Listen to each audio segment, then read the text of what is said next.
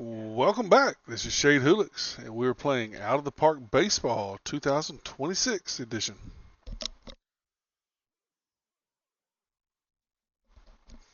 We are at the beginning of the 2027 season. I just finished up the off season. So let's preview the season real quick. Let's look at the draft pool. Let's see where we're drafting. Take an in-depth look at some of them. Look at our new season goals, and look at our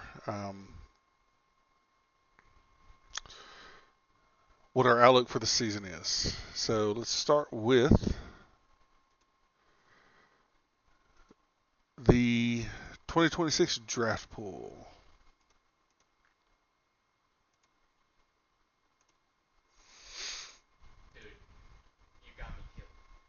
All right.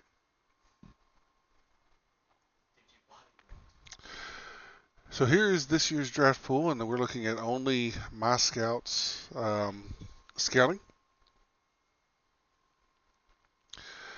And so he has 2, 3, 4, 5, 6, 7, 8, 9, 12 people that have an 80 overall potential.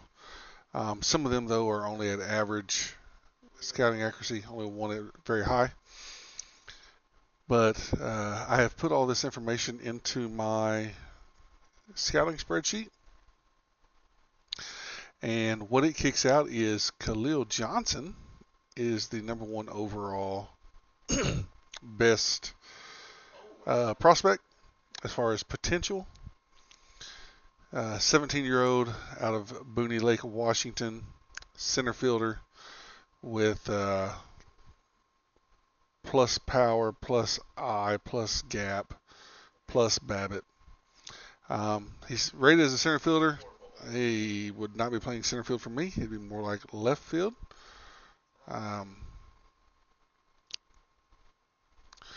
With high adaptability, high and financial ambition. The number 2 rated player will be Tetsuya Kimura. Probably didn't say that right. Another center fielder. This is a 21-year-old out of West Virginia, junior. Very powerful and a good eye. Better range than what Khalil had, but outfield air, decent speed, line drive hitter. And then the number 3 guy would be Jonathan Richardson. We're going to look at the top 3, but Jonathan Richardson, pitcher out of the University of Nebraska. He's a high school senior, so he is not. Oh, I looked at the wrong thing. I'm sorry. He's a high school senior from West Salem, committed to University of Nebraska. Ground ball pitcher, velocity at 94, potential up to 98. He's a side armor with really good stuff. If he, meets his potential. The fact that he's already rated over at 30 overall, and he's only 17, that's pretty pretty impressive, in my opinion, with 60 stamina. All right. I did remember to go to the draft combine this year and set this up. I think I put in 17 or 18 of these, and what I did was I actually went down. I don't know. Let's see. Where's my team at? I'm picking 19th. No, I'm picking 16th and 19th. I did not realize that. That's okay. I may need to put more money into my budget for. I did not plan for having 2 first-round picks. So anyways, I went down. here, and Carl Arbuckle is actually, I did not have my scout follow anybody in the top 10. Actually, Carl Arbuckle is number 10, because I figure those guys will be gone by the time I get to my pick at 16. And so I looked from 10 down, and I took the next 18 players that were actually going to be at this combine and have him talk with them. From what I could find, looking at 15 to 40 people. So, have a look at these, starting with number 10 down to Josh Berard, who is actually ranked 30th. So that's 20, but there were a couple of people that aren't at the scouting combine. And so the way the scouting combine works this year, just from what I understand, I watched Twins 34, I think, YouTube video. And so the scouting combine is going to run for 5 days, I believe. Yep. And over those 5 days, the scout will reach out to each of these, and your relationship will be improved, and your accuracy will be improved. I'm not sure exactly what relationship has to do with anything, other than maybe if it makes it easier to sign them. But I don't know. This will be the first time I'm doing the draft combine, because I did not realize it last year in the 2026 season. So we'll see how that turns out. And so let's go here. Do they have a mock draft yet? Let's go mock draft. And so just to kind of tell you how my thought process is going to be for the draft. So Rich Stan is the number. Who is mocked to go number 1 to the Pirates. Well, on my draft spreadsheet, Rich Stan is ranked number 5. He is the number 1 rated shortstop, 17-year-old. Number 2, Khalil Johnson, who is ranked number 1 for me. Then George Richardson, he is ranked number 9. Tetsuya Kimura is ranked number 2. Mike Lebeau is ranked number 4. Fernando White is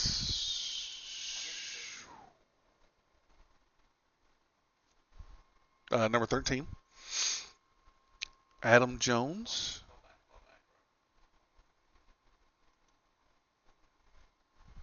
Control F is number 8. Kareem Bridges, he was number 16. We'll go all the way down to where my first pick is. Nick DeMuth is actually number 35.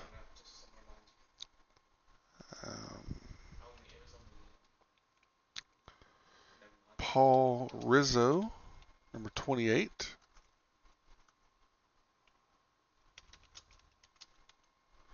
Joe Stewart is all the way down at number 76. And then Jonathan Richardson was number 3. And they have me taking a catcher, John Ryan.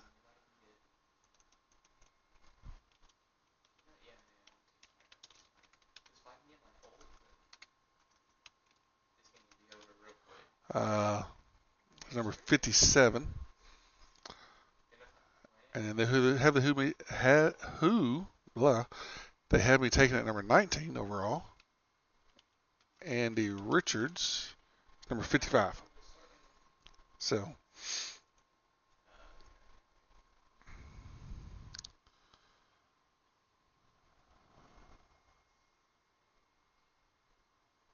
ooh, okay.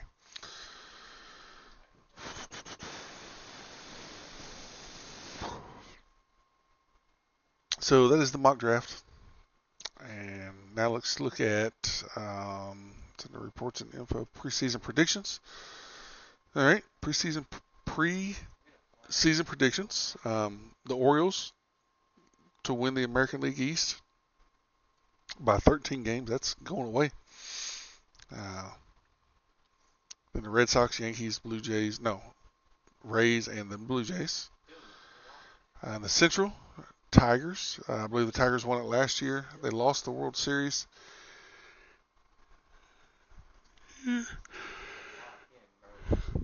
But a one-game win, I think. Did they tie last year? I think that was National League West East. Did that. But followed by the Twins, Royals, Guardians, and White Sox. And in the West, the Rangers, followed by the Mariners, Astros, Angels, and then the Athletics. Top hitters, Nick Kurtz once again. He's been the number 2 hitter in the league both of the last 2 years, behind Judge. Judge is not even on here. Wow. Vladdy, Kyle Tucker, Cal Raleigh, Gunnar Henderson, Alvarez, Carter. Who is that? Evan Carter? Yeah, Evan Carter. Corey Seager, Colt Keith, and Jackson Holiday. And then top pitchers, Skubal has been the number 1 rated pitcher each of the last 2 years, and it hasn't been close. Gilbert, Logan Gilbert. He was actually on the trade block, I believe. No, he wasn't. Garrett Crochet, Chris Bubik, Shane McClanahan, Hunter Brown, Brian Wu. Seattle has got some pitchers, don't they? Cole Reagan, so does Kansas City. And then Joe Ryan and George Kirby. And then the National League East, the Mets are predicted to win it, with the Braves, National Phillies, and Marlins coming after that. In the Central, the Cubs going away. We are predicted to be 500. We were a couple of games above 500 last year. Then the Brewers, Reds, Pirates. And then out west, the Dodgers, followed by the Diamondbacks, Padres, Giants, and Rockies. Does not look like St. Louis. Oh, Sonny Gray predicted to have another decent season. He is in the final year of his contract. We had several offers for him this year for somebody to trade for him. We also had several offers for some minor league player. I can't remember who it was. But we'll see how the season's going with him being in his leave year, and we're not going to be able to. I'm going to look at what it would take to extend him, but he's 37 years old. So we'll see where we're at come trade deadline. Do we need to be buyers or sellers? And then we'll make that decision.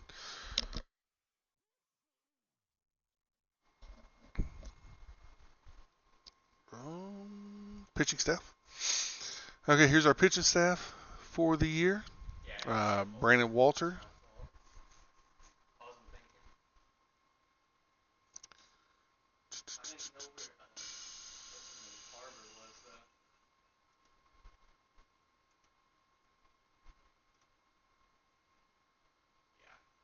This will work. It's not great, but it'll work.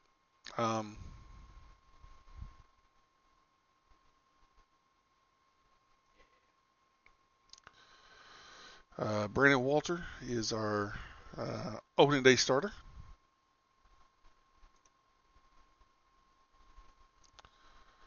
Which I don't understand. He's our 4th rated pitcher. But I'm not the one that makes the lineup, so. And then Matthew Liberatore coming in from the bullpen. He was not a starter last year.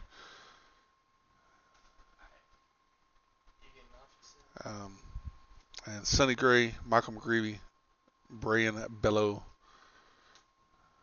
It's our starting rotation.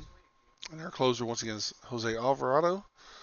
He had a dynamite year, won the Reliever of the Year award. an ERA of 1.19 with the 3.35 ERA plus.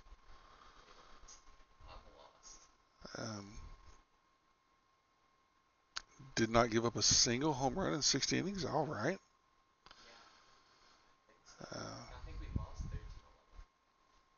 So hopefully he can be as good this year as he was last year. Probably not, but our relievers are Ryan Kakaring. Hoping he bounces back. Had a terrible year last year. Quinn Matthews we brought up from AAA. Hoping he can have a good start to his career. And then Lucas Ursig and Matt Swanson. He just came back off of, what was his injury? It's not going to tell me, is it? Injury history. Here we go. Torn labrum. He came back like just a couple weeks ago, actually. And then Packy Naughton, who pitched pretty well for us last year. I don't know why he's not in this pitching lineup. Started 24 games. And then JoJo Romero, coming off another good season. 2.52 ERA. In our lineups, Victor Scott has moved into the leadoff spot. Donnie batting second. Herrera, Burley, Mason Wynn, Lars Nootbaar, William Contreras, J.J. Weatherholt, we've brought up, and Jordan Walker batting ninth. Moved Donovan over to third and put J.J. Weatherholt at second. Nolan Arenado's going to be coming off the bench. Tried to trade him once again, but no takers with his $15 million salary and only being a 45 potential.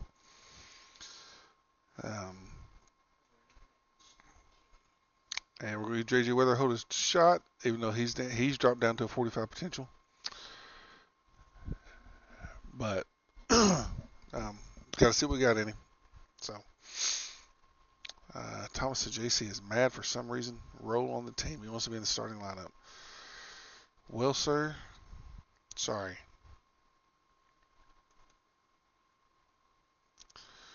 Don't need you to be causing no disruptions, though. So, all right, let's get this party started.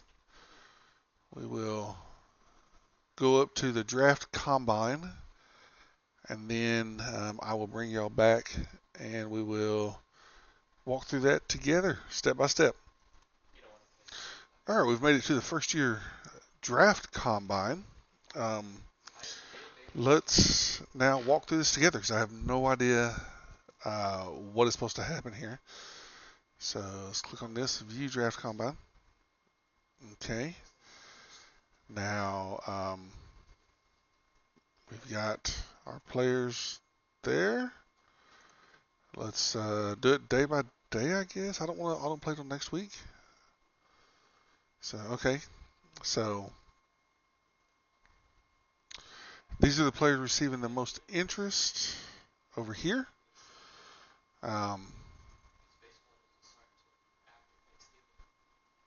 St. Adams, that's a interesting, or not an interesting name. That's not what I meant to say. It's a name I haven't. Like, why is he getting? He's 45 overall.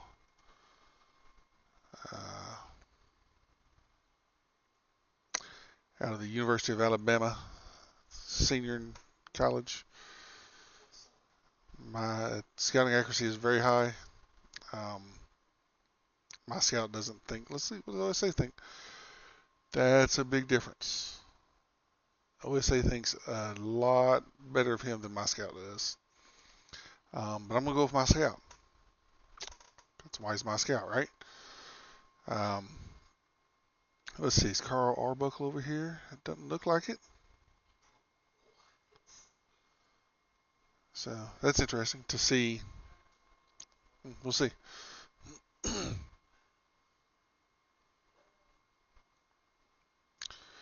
Arbuckle went down to a 70. He was higher than that, right? Let's see. 10. Arbuckle was a 75. And Josh Berard, 55 still is a 55.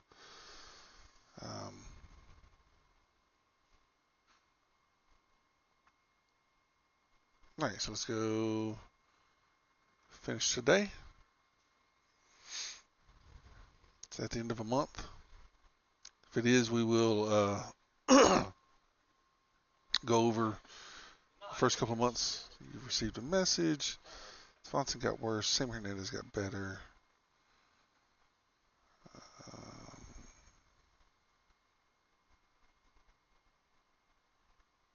Oh, that guy.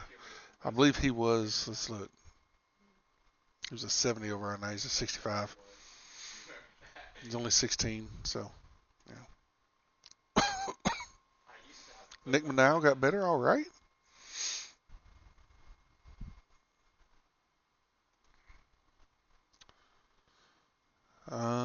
JJ Weatherholt, rookie of the month. All right. Hit 342 for the month, 5 home runs and 20 RBIs.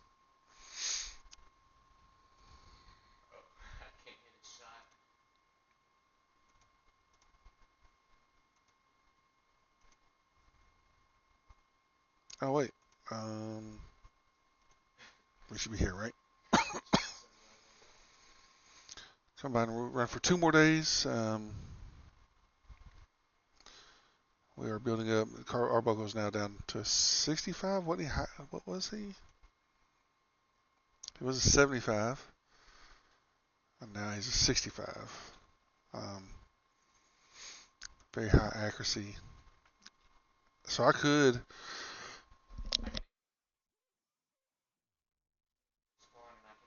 In fact, I'm going to do that. I'm going to pause the recording. I'm going to go through here and take out these guys I have very high on, which is all of these guys, and have my scout do some other ones. So I'll pause the video, do that off video, and then come back. All right, we're back. I've added 11 players to the list. And so let's do these final 2 days and then see what goes on.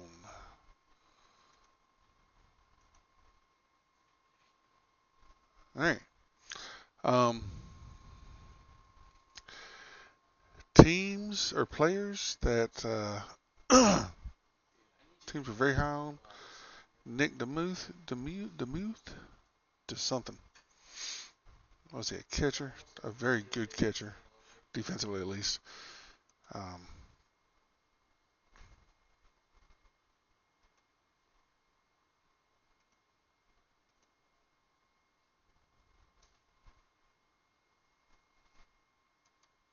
He went from 50 to 70. Enrique Figueroa, Khalil Johnson, Adam Jones, Tetsuya Kimura,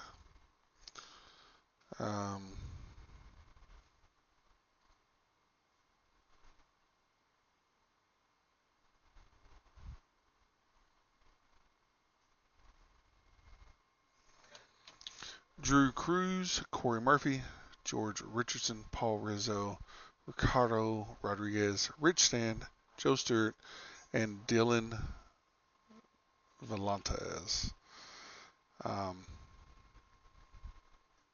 So, all right, now we are on May the 4th, National Star Wars Day. So we finished up April, and let's look at kind of where we stand at right now. We are 20-9, 1 game out of first place in front of the Brewers.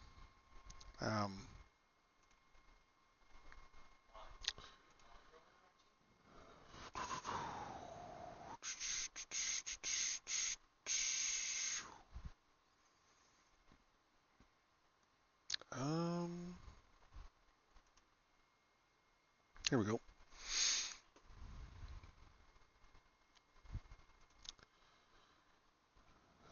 So far, Ryan Kekering, he has really stepped up from what he did last year. Last year he was an 81 ERA plus. This year he's a 5.05 ERA plus in 15 games so far.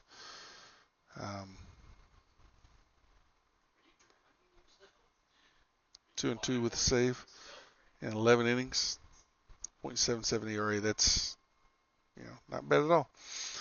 We'll take that all day, every day, especially at 1.25 million salary. Packy Naughton in 19 innings pitched, 0.95 ERA. Jojo Romero, 1.7 ERA. That's pretty good pitching wise. Let's look at our starters. Brandon Walter, 3-1, 35 innings, 2.83 ERA.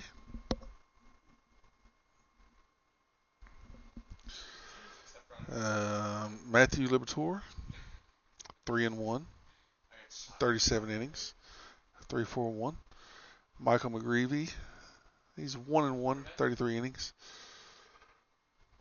Sonny Gray, 1-1, 35 innings. Brian Bello has not been good yet. Hopefully he can turn that around. 5 starts, 23 innings. That's what?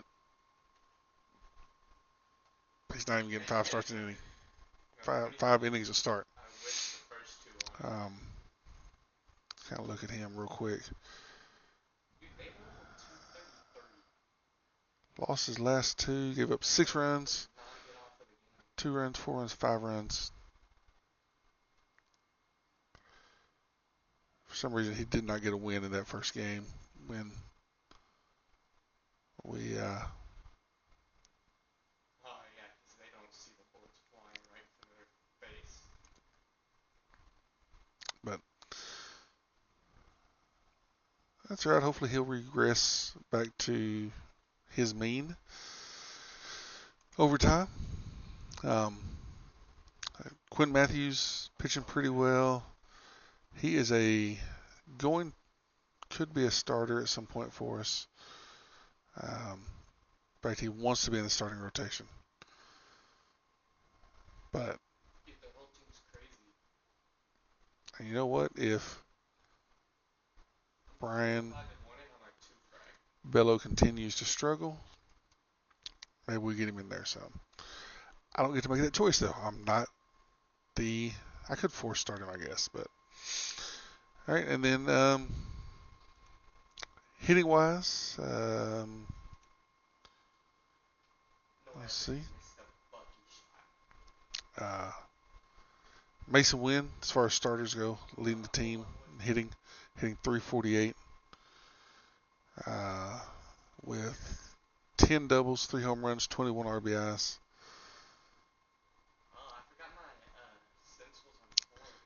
JJ Weatherholt is hitting 322.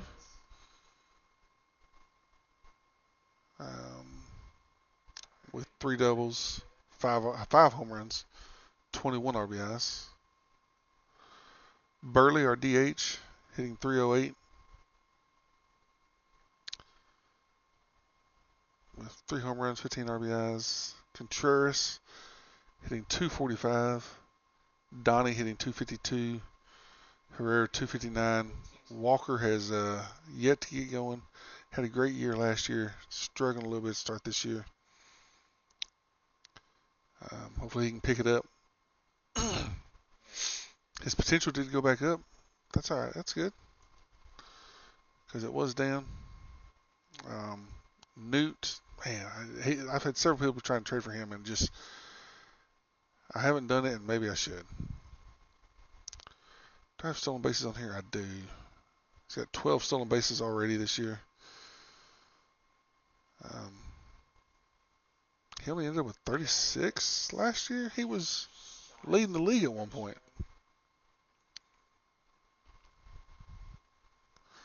I don't know what happened. But what is more importantly, let's look at how's Arenado doing? Hitting 143. Nathan Church 171. Saggese Didn't 455 and 22 at bats. It's not bad. But let's look at, how do I look at this? Let's look at our defense. I don't know why it doesn't keep expectation cleanup hitter. What? You're crazy.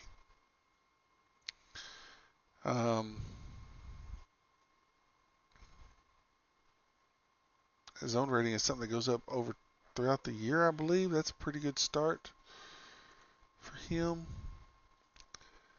Let's look real quick. Yeah, it goes up throughout the year. Last year's zone rating was 13.9. So I couldn't tell you in the first bit of how. His zone rating is negative 1.6. Last year, our second baseman zone rating was negative 1.1. So, not great. Donnie, how's his zone rating? He's been playing everywhere. Third base, it's 0.4. Arenado's was 3.2 for the year. So,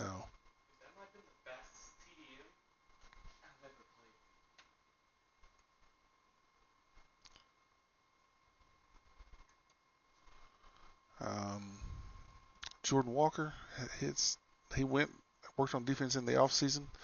Zone rating right now is negative 0.1. Last year, his zone rating was negative 14.8. So if he can keep it like at about that, in 27 games so far, 162 equals 162 divided by 27, 6. That'd be a negative 0.6. If he can keep it at that,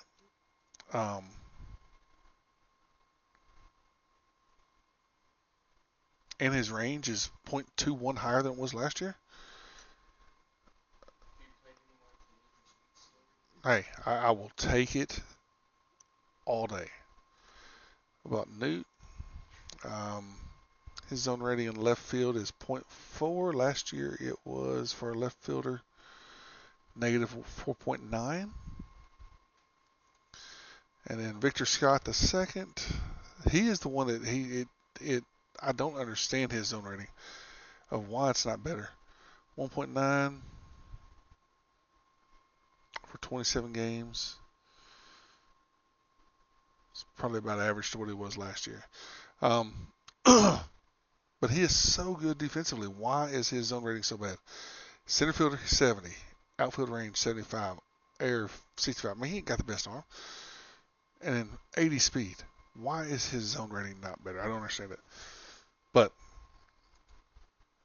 it is what it is. And then let's take a look real quick at some of our prospects.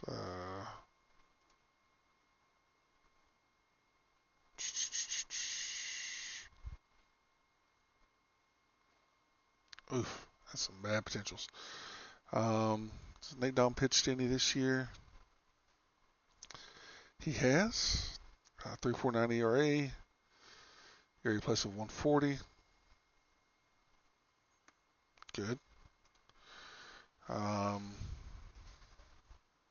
Liam Doyle. 2 games, 2.84 ERA. No, he's got 2 wins. Sorry.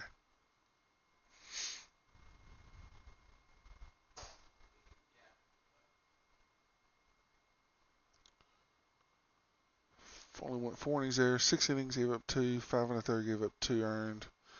5 innings, gave up 1.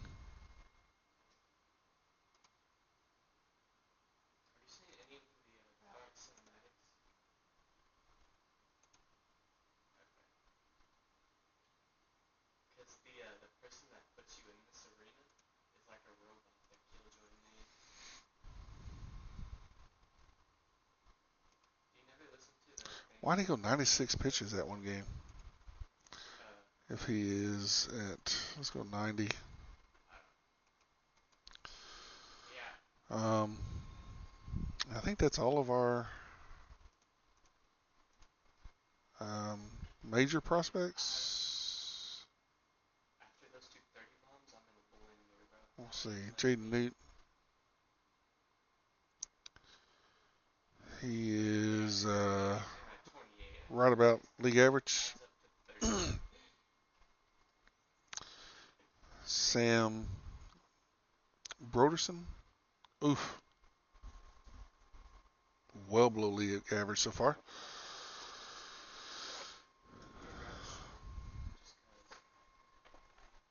Oh. But that is a look at where we're at right now through the first month of the year. And we're going to end this episode here. And if you want to leave a comment, like, and subscribe, appreciate it.